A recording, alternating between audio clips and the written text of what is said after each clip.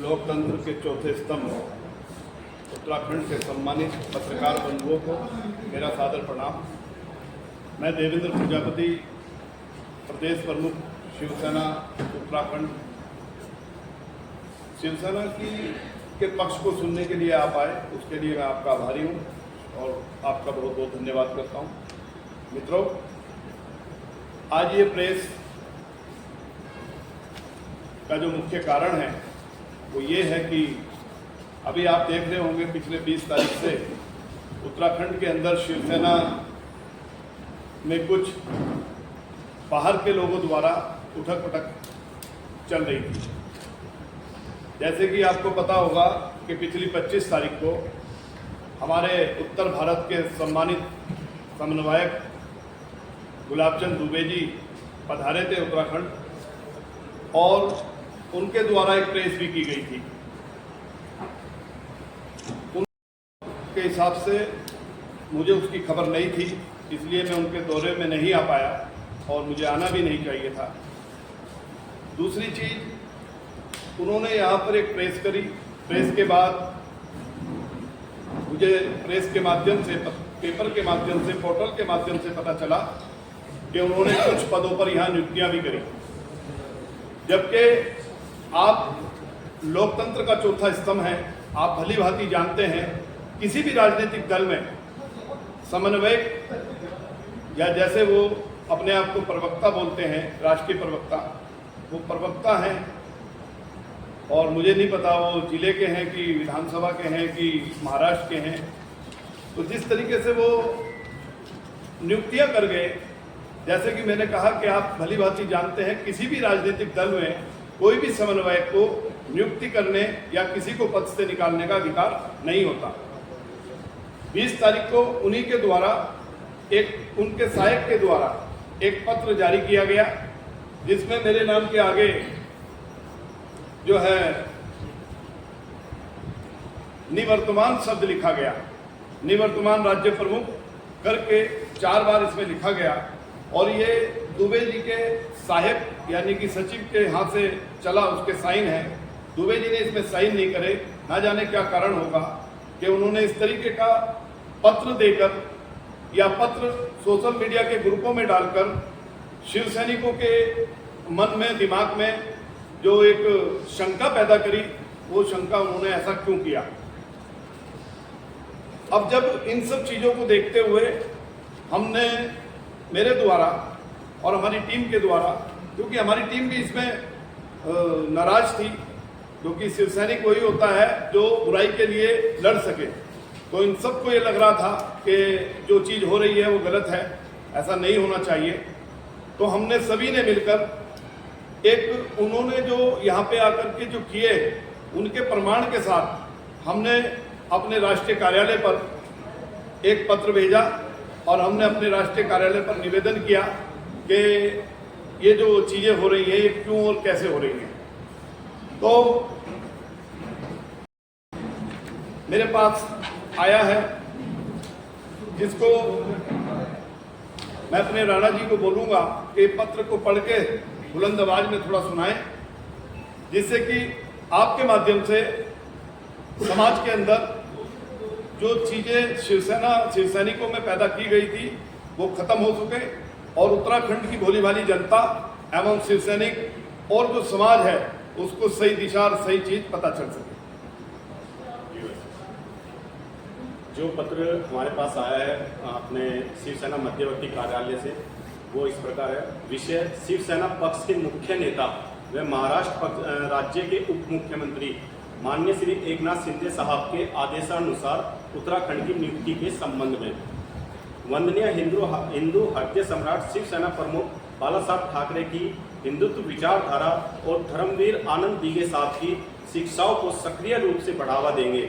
शिवसेना पक्ष के मुख्य नेता व महाराष्ट्र राज्य के उप मुख्यमंत्री माननीय श्री एकनाथ शिंदे साहब के आदेशानुसार उत्तराखंड की नियुक्ति के संबंध में इस पत्र के द्वारा आपको सूचित किया जाता है कि 25 मई 2025 को श्री गुलाबचंद दुबे जी उत्तराखंड पधारे थे। इस दौरे के दरमियान उन्होंने प्रेस से वार्तालाप की। वैसे ही एक पत्र उनके सहायक द्वारा सोशल मीडिया पर जारी किया गया था, उसमें राज्य प्रमुख श्री देवेंद्र प्रजापति जी के नाम के पहले निवर्तमान लिखा गया था और कुछ पदाधिकारियों की नियुक्ति भी की जाने की बात कही गई थी। इस पत्र के द्वारा स्पष्ट रूप से यह बताना चाहते हैं शिवसेना पक्ष के मुख्य नेता व महाराष्ट्र राज्य के उप मुख्यमंत्री माननीय श्री एकनाथ शिंदे साहब के आदेश से हमारे उत्तराखंड के राज्य प्रमुख श्री देवेंद्र प्रजापति जी हैं और कायम रहेंगे। जो भी नए पदाधिकारी बनाने होंगे उन्हें उचित पत्र नहीं मिलता तब तक वह नियुक्ति वैध मानी जाएगी। राज्य स्तर के जितने भी पद हैं उन्हें राज्य प्रमुख द्वारा केंद्रीय कार्यालय की सहमति से दिए जाएंगे। जय हिंद, जय उत्तराखंड। देवेंद्र प्रजापति जिंदाबाद, देवेंद्र प्रजापति जिंदाबाद, शिवसेना जिंदाबाद, शिवसेना जिंदाबाद। तो ये सब जानकारी आपके समक्ष रखनी थी।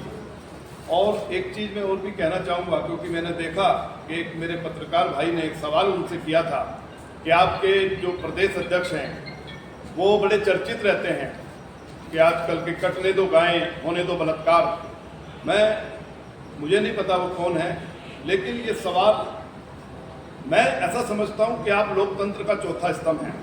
आप जो लोग बोलते हैं, जो लोग लिखते हैं, जो लोग दिखाते हैं, वो पूरा देश उस पर निर्भर होके विश्वास करके उसको उन शब्दों को सत्य मानता है। तो मेरा आप लोगों से निवेदन है कि जो भी इस तरीके की कोई बात आए, संवाद आए, तो संवाद के आगे और पीछे का भी संवाद देख लेना चाहिए।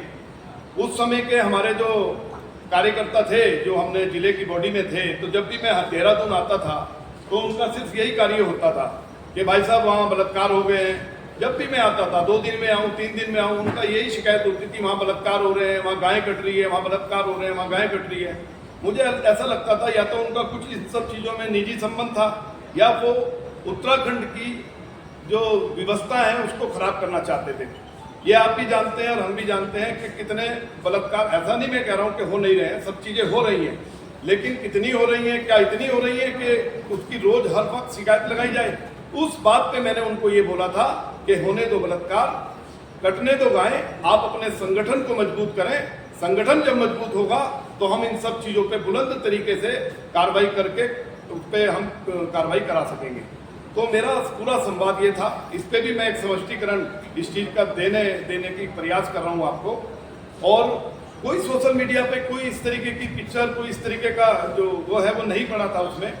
तो ये सब चीज़ें झूठ थी, गलत थी, और मैं इस प्रेस के माध्यम से अपना पक्ष रखने के लिए आया। आपको यदि कोई सवाल पूछना है तो आप पूछ सकते हैं। मैंने अपनी तरफ से जो भी मुझे लगा मैंने आपको बोला।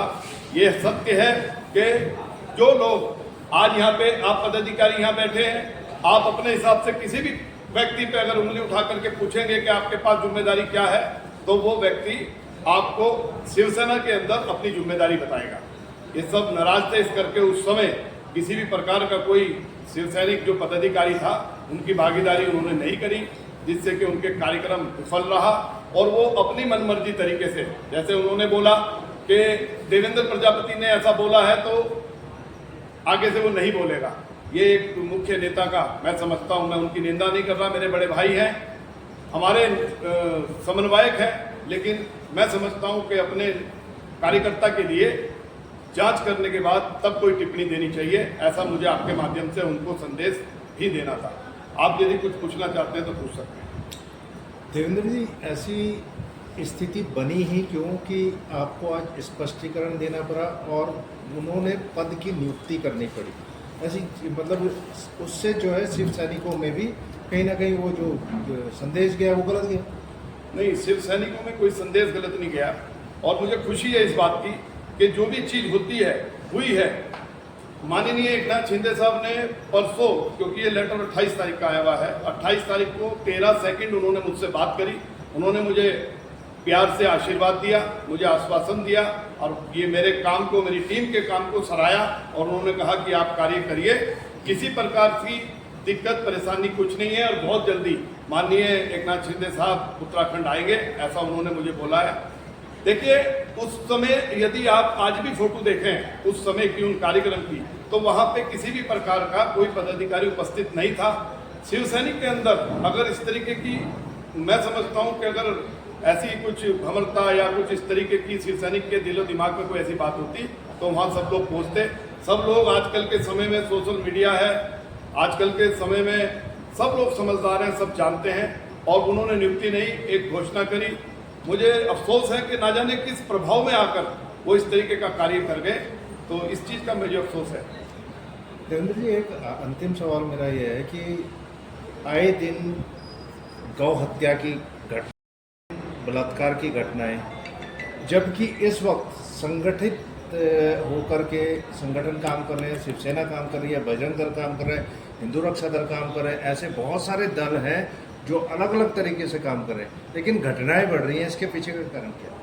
इसके पीछे का कारण तो ये है, मैं समझता हूँ इससे जितने भी और दल हैं वो मेरे अपने हिसाब से, मेरी व्यक्तिगत वो है कि वो राजनीतिक करने का प्रयास करते हैं। बहुत सारी चीज़ें ऐसी भी हैं कि बहुत सारी चीज़ें गलत व्यवस्थाओं में वो लोग पकड़े भी जाते हैं, इन्वॉल्व भी हो जाते हैं। आप देख रहे हैं आजकल 4-5 वीडियो चल रही है, भाजपा के जो लीडर हैं बड़े बड़े, वो कैसे कैसी महिलाओं के साथ किस किस आपत्तिजनक स्थिति में लिप्त दिखाई दे रहे हैं। तो ये चीज़ों पे जो अंकुश लगाने वाला अगर कोई संगठन है तो वो शिवसेना है। और मैंने पिछली प्रेस में भी आपको कहा था कि हम आज, अगर मैं आप ही से पूछूं कि आज से 2 साल पहले शिवसेना की व्यवस्था क्या थी, आज हम कम से कम प्रेस तो कर रहे हैं, आज हम कम से कम 60-70 लोग इकट्ठे तो हो रहे हैं, आज कम से कम आप हमारे से संवाद तो कर रहे हैं। तो संगठन बढ़ रहा है और आने वाले समय में शिवसेना ही इन चीजों पे अंकुश लगा सकती है, अन्यथा ऐसा कोई संगठन नहीं है जो इन चीजों पे अंकुश लगा सकता है। नहीं,